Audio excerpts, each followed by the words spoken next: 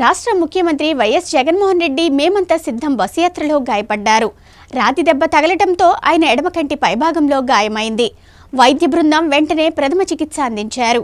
ప్రథమ చికిత్స అనంతరం ఆయన బస్సు యాత్ర కొనసాగించారు.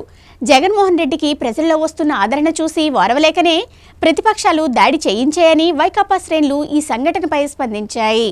విజయవాడలో మేమంతా సిద్ధం బస్సు యాత్రలో సీఎం వైఎస్ జగన్పై దాడి జరిగింది. బస్సుపై నుంచి సీఎం జగన్ ప్రజలకు అభివాదం చేస్తున్నప్పుడు ఈ దాడి జరిగింది. అత్యంత వేగంగా వచ్చిన రాయి సీఎం జగన్ కనుబొమ్మకు తాకడంతో ఆయన ఎడమ కంటి కనుబొమ్మపై గాయమైంది. సీఎం జగన్ పక్కనే ఉన్న ఎమ్మెల్యే వెల్లంపల్లి ఎడమ కంటి సైతం గాయమయ్యింది.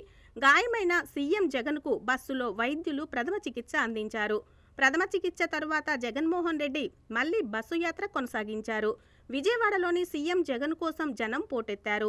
విజయవాడ సిటీలో 3.5 గంటల పాటు రోడ్ షో కొనసాగింది. సీఎం జగన్కు వస్తున్న ప్రజాభిమానాన్ని ఓర్వలేకే టీడీపీ వర్గాలే ఈ దాడికి తెగబడ్డారంటూ విజయవాడ వైఎస్ఆర్సీపీ నేతలు ఆరోపించారు.